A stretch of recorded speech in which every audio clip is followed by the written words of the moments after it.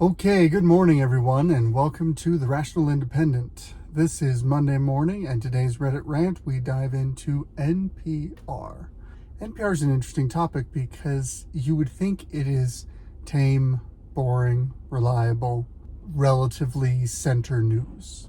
In reality, it's arguably one of the worst leftist propaganda outlets that there is. And one of the reasons for that is because they are buffered even more than normal media from needing to interface with the marketplace. We have a poll, a very exciting poll. In politics section for NPR, it says, "Don't call them witch hunts.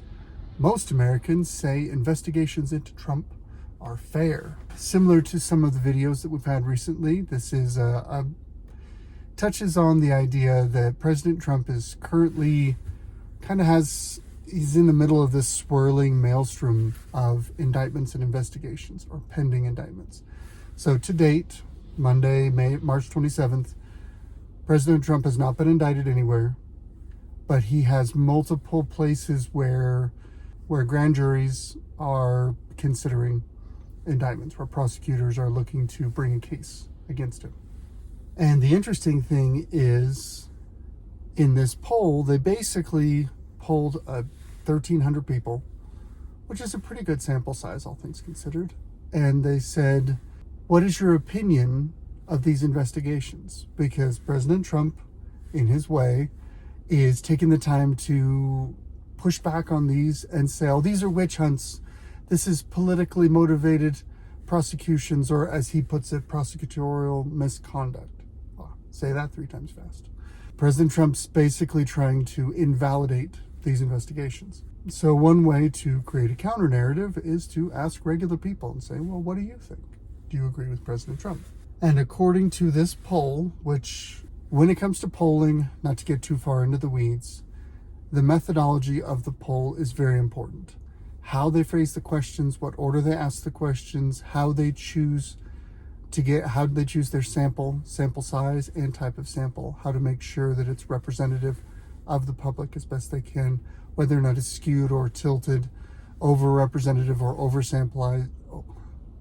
over-representing or oversampling one political party or leaning versus another, whether they are polling representative populations. For instance, if you're asking questions about an upcoming election, you want to try and limit your poll respondents to what are called likely voters.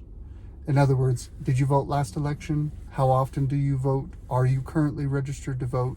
Do you intend to vote? They qualify the applicants, the respondents.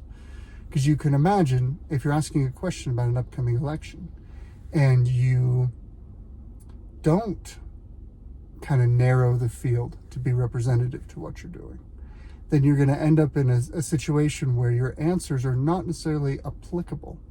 So you may get, a really solid response of, a 60 or 70% opinion swing one way or another. But if it's for a population that doesn't reflect the people who are actually going to go vote, then your poll's not worth much. That's one example of how methodology is very important. I have not looked into the methodology of this poll. But let's go ahead and talk about what they claim. Essentially, what they've said is that they're not witch hunts. They think the investigations are fair. They also go through in here and they say, okay, we have the hush money investigation with Stormy Daniels out of New York. We have 2 federal investigations stemming from classified documents and from his role in January 6th, and 1 in Georgia, looking at his pressure campaign to overturn results of the 2020 presidential election. So they're saying that those are the investigations that people say they're finding as fair and reasonable and should be allowed to proceed. That's the point of this poll. That's the point of this article, is to try and further the narrative, pushing back against President Trump, saying it's not prosecutorial misconduct, it's not a witch hunt, this is legitimate investigation and it should take place. That's what they're saying. So when it comes to President Trump, this survey brings results that I buy. 9 in 10 Democrats say that the investigations are fair, while 8 in 10 Republicans call them a witch hunt. And independents are split. 51 to 47%. That seems like, based on my read on the American populace, pretty much any Trump question is probably going to come down right about that level, i.e., Democrats hate him, Republicans on a whole love him, and for all of us who are neither Democrat nor Republican, it's pretty close to a 50-50 split, although it does tend to lean against him. The fact of the matter is his unfavorability ratings are very high. Now they move on from talking about the investigations and start talking about the upcoming primary. Hang on, I got a truck that thinks it wants to back into me. Okay, good. I didn't get rear-ended. Yay. Anyway, it moves on to discuss the implications in this poll as it comes to the upcoming presidential elections. And what it boils down to is, I will say, a pretty fair reporting, again, of kind of, I would agree with its representation of the American public. And that is this. In the Republican primary, the person with the strongest support in the base tends to win. And that person is probably President Trump, at least among all declared candidates right now. We'll see if Ron DeSantis steps in officially and how that plays out. Primary campaign is a long conversation. Lots can change. But with his strong support among the base, President Trump is probably going to win the nomination. And then with his huge unfavorability among the general population, he's probably going to lose the election. As someone who is sympathetic to right-leaning policies, which are sometimes considered by the Republican Party, I would very much like it if someone along those lines was in charge. That would be great. Most Republican presidents I'm not a big fan of. It goes back to this. This is my overall theory. The Republican Party is the party of losing slowly while getting rich. If you look at the historical political trends, and if you look at particularly the fortunes of federal politicians, Republican and Democrat, but just focusing on the Republican side, they get very, very wealthy in their time in federal office. They get very little done. Trump remains popular with the base, politically toxic with everyone else. And regarding the methodology, I'm not sure I care enough to dive into it. I mean, you can really get lost in the weeds on these polls. Stu Does America is a great podcast for digging into like the actual nerdy, if you want charts and graphs and breaking down the actual detail, it's a great podcast for that. I wanted to point out one thing. At the end, they talk a little bit about the methodology, and they say it was done by telephone with live callers to cell phones and landlines. That's a good methodology. You're getting a live person there. You understand who they are. It's pretty reasonable. It's pretty reliable. As well as, this is where it gets interesting, by text message. That's a little less reliable. And online. And it's just that this is the thing about the mainstream media. Like, you got to dig into the footer and you got to find that last little clause.